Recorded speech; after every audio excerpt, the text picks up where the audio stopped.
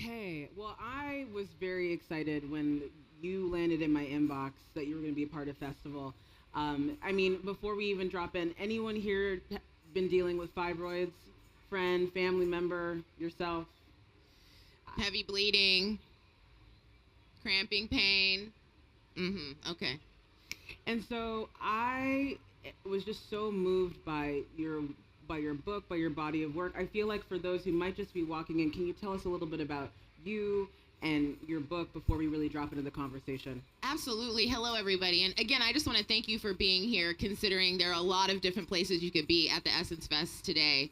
My name is Kemi Dole. I'm a double board certified gynecologic oncologist, which means I spent way too much time in school and training, learning everything, the ins and outs of womb health, including womb cancers. I'm also a uterine cancer scientist and a health equity expert in Black women's reproductive health. So my entire career has been about Black women and the womb. And all of my work is about understanding something that I call womb suffering, which is our inappropriate inheritance of these severe gynecologic diseases, fibroids, endometriosis, heavy bleeding, which we are often, unfortunately, taught is just our normal. And that mixes with a healthcare system that tells us that we're not really the priority, and they don't really see our pain.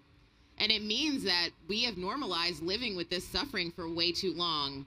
So I do a lot of science to ease this suffering, to understand what we should do differently. But I wrote this book called A Terrible Strength so I can share with our community what I have learned so that we can break this cycle. So thank you again. So happy to have you. So let's get into fibroids for a second. You know, again, I was just talking to you outside. I had a myomectomy, which is an open surgery to remove fibroids from my womb 3 years ago. I had 25 removed. Yeah.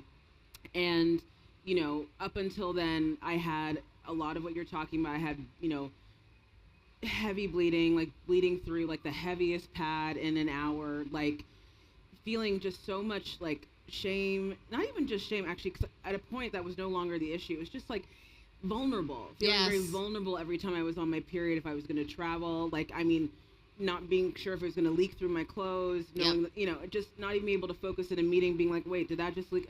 You know, like that being the story of my life. And, you know, I was a doula, health educator for about 15 years. And I only learned about fibroids, I'd say maybe 7 years ago. Yeah. Right. Prior to the 7-year mark, there was very little conversation about fibroids. It just was like kind of undercover. And then when I started learning about it, I was like, whoa, wait, why don't more women know about this? And I really took it upon myself to be very public about my experience, my surgeries. And it's been, you know, it's been amazing to learn more and more as the years have gone by. But I feel like I have not felt more moved and more curious about fibroids than learning about your body of work because of how you're seeing it. And so I'd love for you to just talk a little bit about, you know, what is your point of view on fibroids? Like, how do you see them in the world, and what is the way that you see them that very few people see them? Thank you.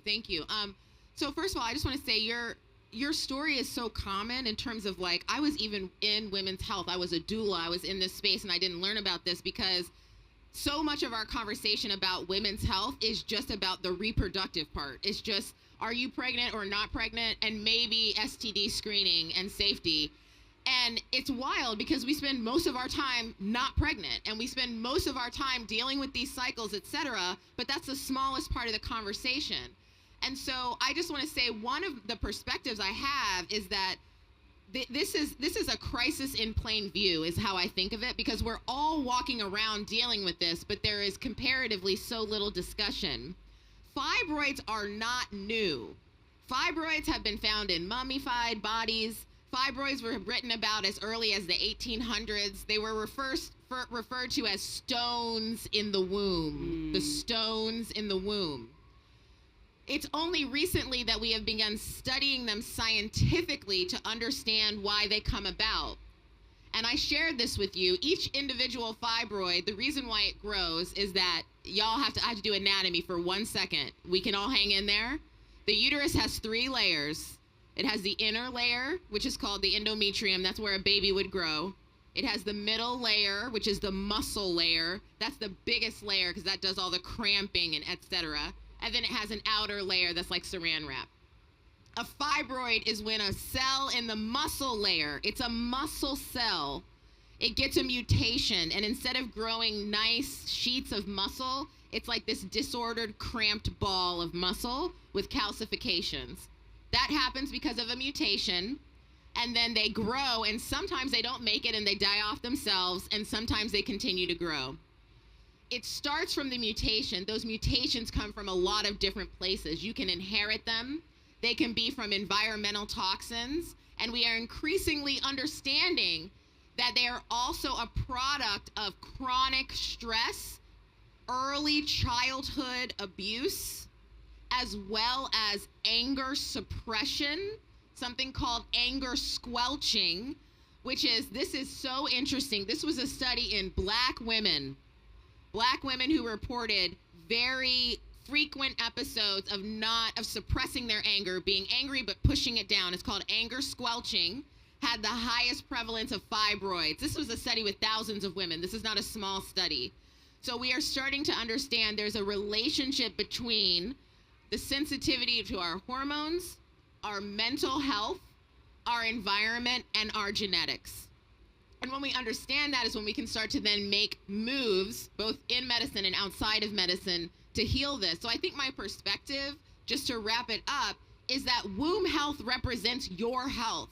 It's not this other thing. We learn about it, like you said, we learn about it like, don't even think about what's going on down there. I don't know about you, but I feel like as a child, when I got my period, the very first thing I learned was how to keep it a secret.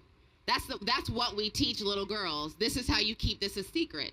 We're not telling them what is normal. We're not telling them how much bleeding is okay and how much isn't. We're not talking about that. So we grow up into adults, and what do? We just disassociate. There's nothing going on down there. If it's not leaking out, I'm not even thinking about it. It's not happening. And that is the kind of thing that leads to so much neglect. Because by the time we say I need help, it's so severe. Yeah.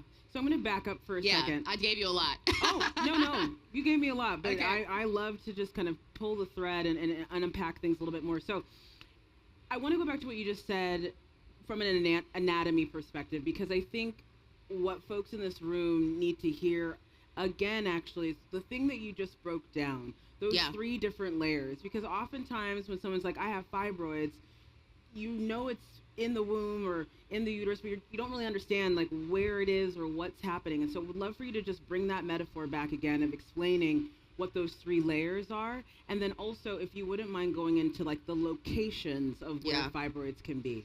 So those three layers, so that inner layer is called the endometrium. I mean, that's a medical term. It's a mouthful. But you can think of it almost like a lawn of grass, like soil with grass that grows. And so every month the grass grows, and then if there's no seeds that are planted for anything like life to grow, then that grass is shed. That's how you can think of it. That's that layer. Then you have the muscle layer on the outside, which is almost like this strong fence around that lawn that's made of muscle, and then the saran wrap on the outside. So where a fibroid is completely changes the symptoms you have. So that's why you can't compare yourself to other people.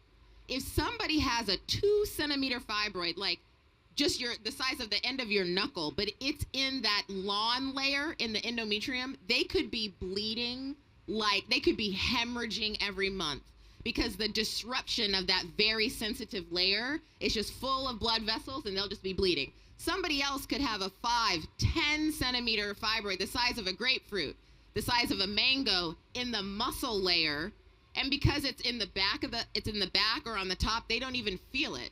They just think maybe they're a little bloated. So I want all of us, I was saying this to you before, we're smart. I believe black women are smart. We can understand these things. This is why we can't just so easily compare our symptoms across. And this is why I really advocate, as much as people have had difficulty with gynecologic care, because I have, and I write about it in the book. My first experience was horrific, and I suffered many years forward in gynecologic care. But as a gynecologist and a scientist, I also know we have so much to offer. And it is in those visits where you can get into the details of where these things are, what layer are they in, what size, what position, that can lead us to the treatments that make the most sense. But we can't get there if we're not even going to the doctor. So I'd love to hear just briefly, because I know we're sitting here now. Obviously, you are an incredible source of knowledge. You are a provider now. But you just said that you had a really challenging time initially with your own gynecological journey. Can you just share a little bit about that and Absolutely. what was like for you? You know, I will say that the first time I went to the gynecologist, I think my mother took me just because she figured that's what she was supposed to do as a checkbox. I was going off to college, and so she was like, we should go to the gynecologist. She didn't go back in the room with me. I was 17, and I got back in the room, and I was pretty severely mistreated. It wasn't really until I wrote it out that I realized I was essentially assaulted. There was no explanation. There was no preparation for what was going to happen. I had no idea. That was my first visit. I didn't go back for years. During those years, I'm having more and more pain. I'm having suffering. I'm having heavy bleeding. I'm thinking all of this is normal because you know what? I can still function. And that's why my book is called A Terrible Strength, because I was strong enough to still function, so there's not a problem. It wasn't until I was in my mid-30s, on the table, getting cut open for a C-section, having my first child, that I was diagnosed with endometriosis myself. And I think what's important for me to share about that is I was already an OBGYN. I was already a board-certified OBGYN. I knew all of the diagnostic criteria for endometriosis, but I never thought I had it because I didn't think my periods were painful enough. I was like, well, I'm not really suffering that bad. Mm-hmm. I mean, I take 1,200 milligrams of ibuprofen just to get out the door, but I can make it. And I emphasize that for myself because I want to emphasize it's not just about the knowledge. It's about how we are taught as Black women to stand up straight, put your armor on, go out into the world and deal with the racism, the sexism, the threats from all sides. You don't get to be vulnerable. You don't get to excuse yourself from the meeting because my cramping is a little bit heavier. We don't get to do that. But when you don't get to do that, how do you then learn what is it I'm even supposed to tolerate? How do you learn what the threshold is? So when that happened to me... Good afternoon, Essence Festival of Culture 2026. There are no drones allowed in the building. Again, no drones are allowed. Any drones should cease operation immediately. I done lost my train of thought. Okay, so I don't remember what I was saying. I do. So Sorry, you were it's gone. talking about I'm the old. fact that you can't take, the time off in the middle of a meeting to be like, my cramps are really bad or I'm bleeding really heavy. Yeah, it's very hard for it's very hard for you to recognize that I am experiencing something that is worthy of help and that actually is a diagnosis. Dysmenorrhea is the medical term for painful periods. It's a medical term because it's a diagnosis. It's not about I don't have a high threshold of pain. Mm-mm. Dysmenorrhea there's 3 components to a period, okay? There is something called hypoxia, there is inflammation, and there is repair. I talk about this in the book. It's very interesting because the womb is the only place in the body where you have a wound with a scarless repair. It's the only place in the body. Every single month, you have a complete open bed wound and it heals without a scar. So how's that for a metaphor for womanhood? However, when you have dysmenorrhea is when that inflammatory phase of the menstrual cycle is too long and too strong. That's why it's a diagnosis. But I don't know that if I just think I'm supposed to be cramping and I'm supposed to deal with it. Yeah. So that's my own journey is really recognizing that. And I also share in the book how as a physician, I was taught to look for pain a certain way. And it's not for how pain shows up on Black women. Black women, I was taught to look for pain of people in the throes, people can't handle themselves. We don't get to do that. If we walk in hysterical, we'll end up in the clink clink. You know what I'm saying? Like we'll get drug tested because we're in pain. And so I'm very vulnerable because I don't want to come from this place of holier than thou. Mm-hmm. I spent decades in medical training. I was in this same soup. I discharged a woman that I shouldn't have, who was pregnant and told me she had pain and symptoms that essentially were concerning for not just a bladder infection, but like a kidney infection, which is very dangerous when you're pregnant. And I discharged her because I didn't think she looked like she was in that much pain when I was in training. She came back very sick. She did okay in the end. And I could have made all these excuses for, oh, well, her labs were borderline and this, but I remembered what I thought. I remembered thinking, she doesn't look like she's in that much pain. And that really shifted something in me too, because I said, what was I looking for her to perform for me before I just simply believed her that she hurt? She wasn't somebody who got to do that. She worked in a grocery store. She was a cashier. She doesn't get to scream, and she came to the hospital because it was severe. So that is like, these are the pieces of my journey that just give me so much empathy about what we're up against in terms of what we need to unlearn. But also because I know the medicine and the science, and because I do the research, I'm so passionate about us getting that help because I know it's there. I know it's available. So let's dig into that a little bit. So thinking about performing, yes, right? And science. Yes. So I want to talk about this idea for anyone who didn't hear, this idea of anger squelching, because that in itself is its own performance, and what the science is around anger squelching and our fibroids. Let's talk about that. Yeah, so first of all, I think there's a few things here. It's so interesting, that statistic is so interesting to me because they looked at it in white women too, and they didn't see the same correlation. Can you run that statistic back again, just so folks can? So women who had, there was actually a host of things this study was looking at. It wasn't just anger, it was looking at other mental health factors. But one of the factors they were looking at is something called anger squelching, which is when you feel angry, but you suppress it down. They asked women to basically rank, do you do this once a month, once a week, several times a day, etc. So the women in the highest category, several times a day, I am like pushing it down. They had the highest prevalence of fibroids when they were doing ultrasounds and looking at what was going on with their wombs. Okay, this was a population health study. So what that doesn't tell us, it doesn't tell us that the anger caused this molecule to change, caused this. That's what we still have to work out. But it shows that there's a connection here for us to work out. When I think about Black women and what's going on, and the fact that we are constantly facing this angry Black woman stereotype, we literally have to perform differently when we're angry, because we, again, do not have the freedom to just go off on people and just express all of that. And I would argue we're also socialized in many ways to avoid looking like that. So we're coming in baseline, suppressing the anger, right? Baseline. So that is a form of chronic stress when you're basically presenting something different than what you're feeling inside. And from the literature on stress, we know that stress is very detrimental to your immune system. It's very detrimental to that surveillance system that goes around in your body and goes, you cell, you're messed up, you need to die. That cell is messed up, clear it out. That's what our immune system does. Remember when I said fibroids are from a mutation? So if you have a fibroid cell, you have that cell that mutated, your immune system is supposed to go around and scoop it up.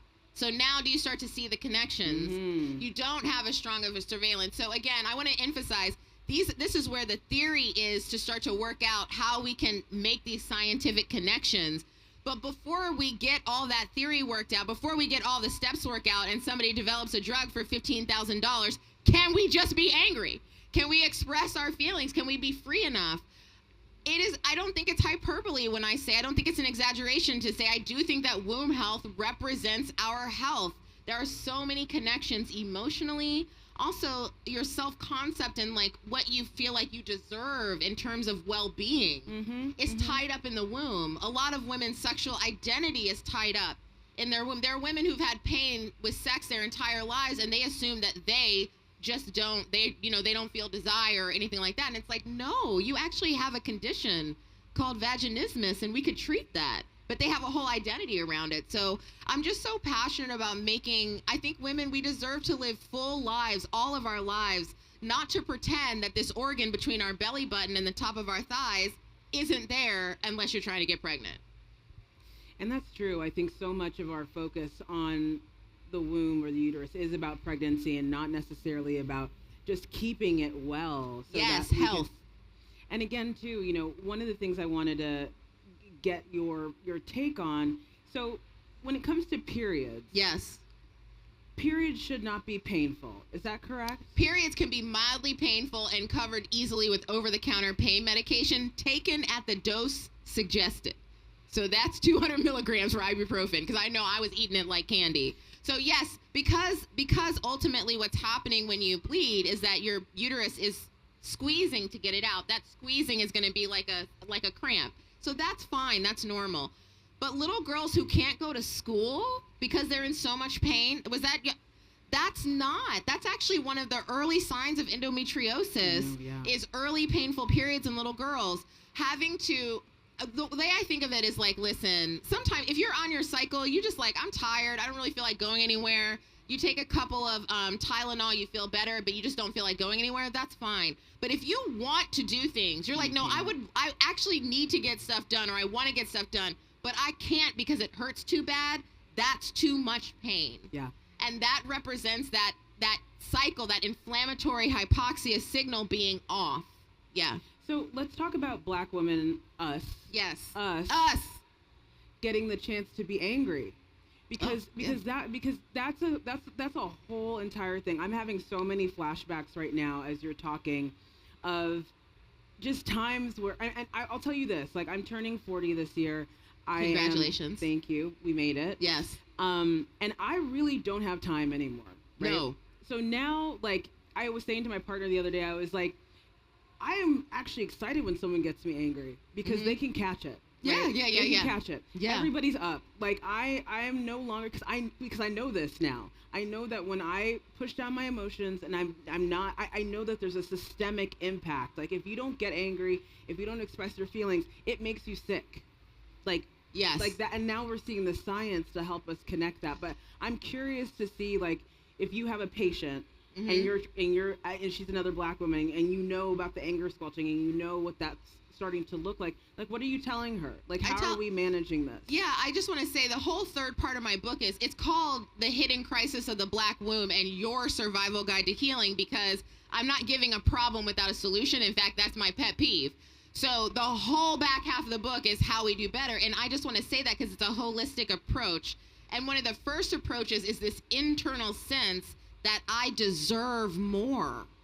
I deserve more. I deserve to be pain-free. I don't need to suffer like this. I don't have to spend a week, a month in the house. That's actually very important because it switches also what you're talking about. When you decide I deserve better than to be suffering like this, it bleeds into other areas. Now you're messing with me, and you know what? No, Tom, we're not going to do this today. So there are ways in which this carries over.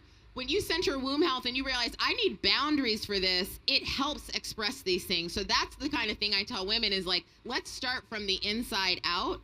And I feel good when I can do things to help myself, even if I also need help. I find most people want to say, what can I do to help myself? And then how can you help me? I want both, right? So when you know I'm going to do things to help me, I'm going to drink my green tea. I'm going to take my vitamin D. Dr. Kemi told me to set up my boundaries, and you are stressing me out. So I'm not talking to you today because it's not helpful.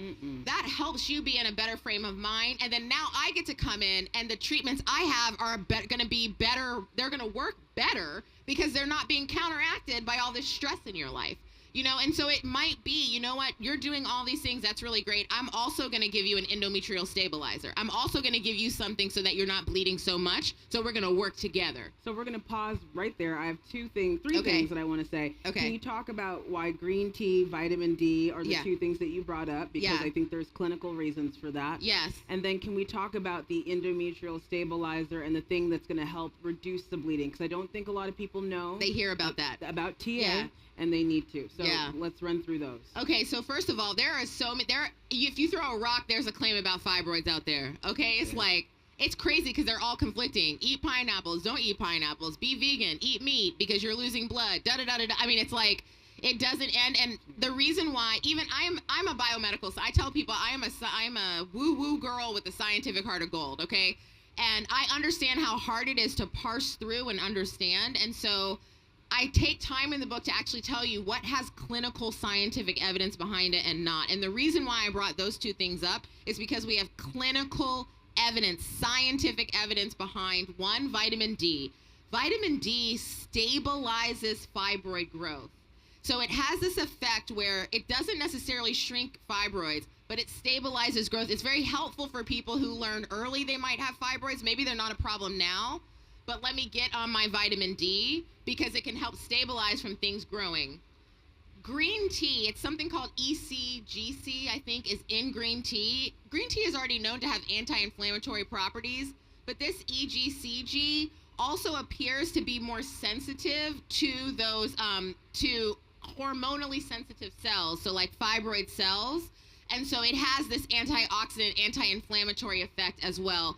And we've also seen women who take ECGC supplements or drink green tea also have lower, more fibroid stabilization and a little bit of shrinkage depending on the study that you look at.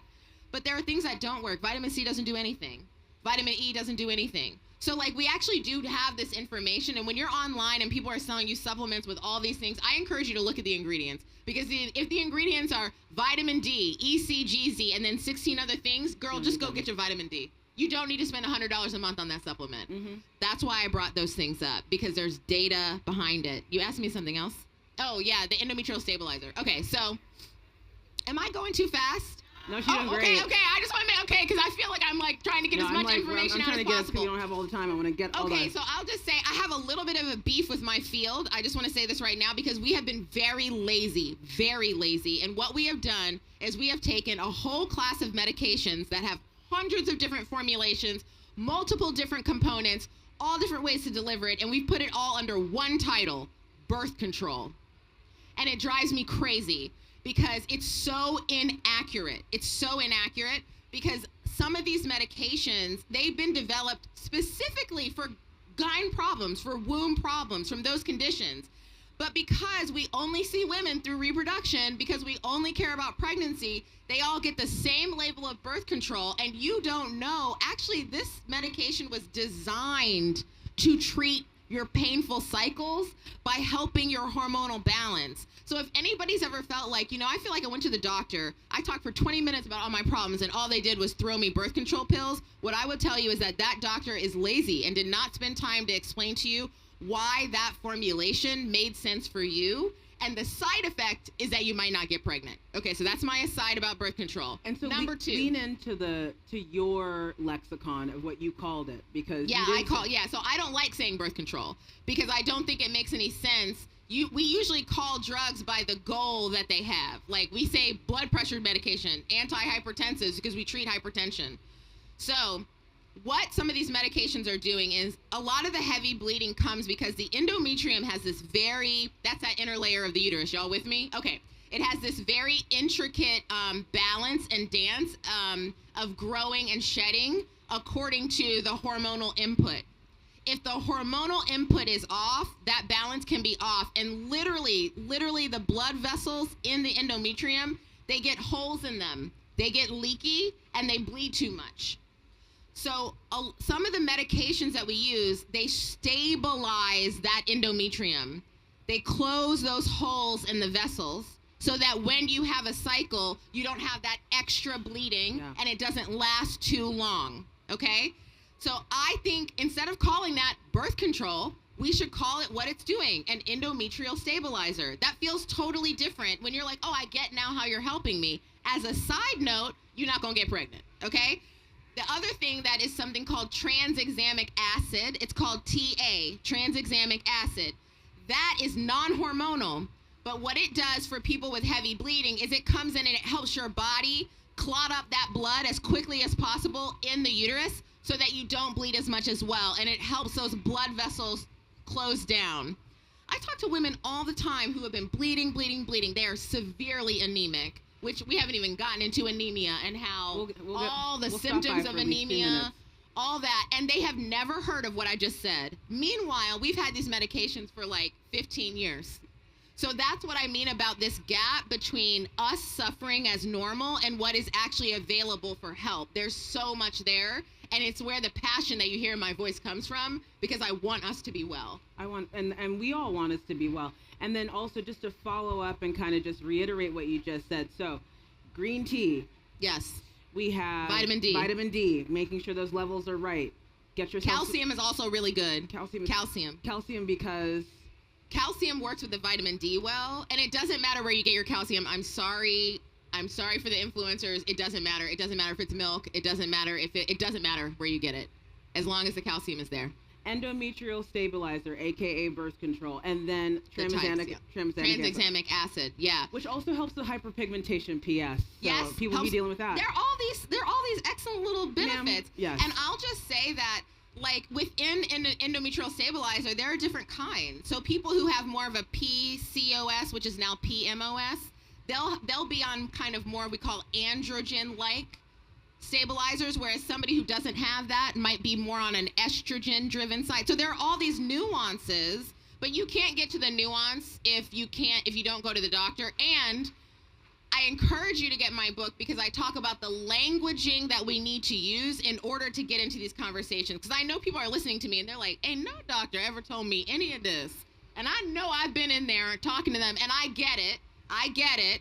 And so I've given you sentences, language, vocabulary to use to open up this kind of conversation. Because unfortunately, as doctors, the way we're trained is, are you having any problems with your period? No? Great, moving on. So if you don't come in like, okay, because I done read the book, so let's talk about my layers, let's talk about my levels, let's talk about this, all that's gonna go by the wayside.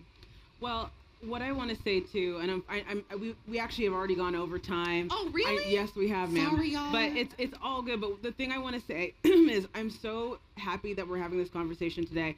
For anyone that also, just as a caveat, anybody who's not using any AI here in their lives, this is a reason to. Mostly because you can take the notes. Let me tell you what I'm about to say. Okay. The notes from today, you can put them into AI and continue the conversation to learn more about these things. Because my thing is, in terms of a lexicon, and I use a lot of AI, and I'm more, it's very commonplace for me now. But I think with what we've been talking about, going to doctors, like coming up with a script that feels like you to be able to have these types of conversations, that's kind of one of the main ways I've been finding AI to be very supportive in terms of just preparing for your doctor's appointments in a way that you might not be able to prepare for on your own. I want to hear what you have to say about that because I would encourage you to get my book. I wrote it, but she needs to get the book. She needs to. A human being wrote it, and I promise you, I have scripts in there. But this is. But I understand what you're saying. I do. Use the tools that you need. But I want everyone to get your book. It's actually the coupling of both. Yeah. So, no, I'm not saying you go look. I'm not. No. Let me just be very clear. You're reading the book, but maybe you're making notes and you want to remember what to say. Yes. Yes. I got you. I didn't think you were doing that. I want to be clear that's what because for people who are like, I'm not going to get to talk to you today or whatever it is. If you've taken notes on your phone, I just want to encourage you to continue extracting that knowledge and I know that we're wrapping up really, so there are just a couple things I want to say if that's okay. So one is that we can and we will break this cycle. And I just want you to know that we've taught a lot about periods. We've talked a lot about pain and suffering, but this is also life and death. And uterine cancer is on the rise. It's more common in Black women. We're twice as likely to die if we get diagnosed. And one of the risk factors is irregular periods. I'm not just talking about this because I want us to feel better. I'm talking about it because I sat on the other side of too many 50, 60-year-old, 7-year-old Black women who are supposed to be matriarchs, supposed to be coming into their own. And they're dealing with a cancer and dying, and nobody's even saying what kind it was. So I just wanted to say that this womb health really is about your whole life. There's nobody that's done. It doesn't matter if you're done with kids. It's your whole life. And once we decide that we deserve better, this whole thing's gonna change. So thank you all so much for this time. Thank you for being here. Thank you. Thank you so much. Thank you. Oh, my book is available across at the book festival. They have a bookstore in there. My book is available there. There are still more copies. I have a couple of copies if it runs out there, if anybody wants to just get it from me. Thank you.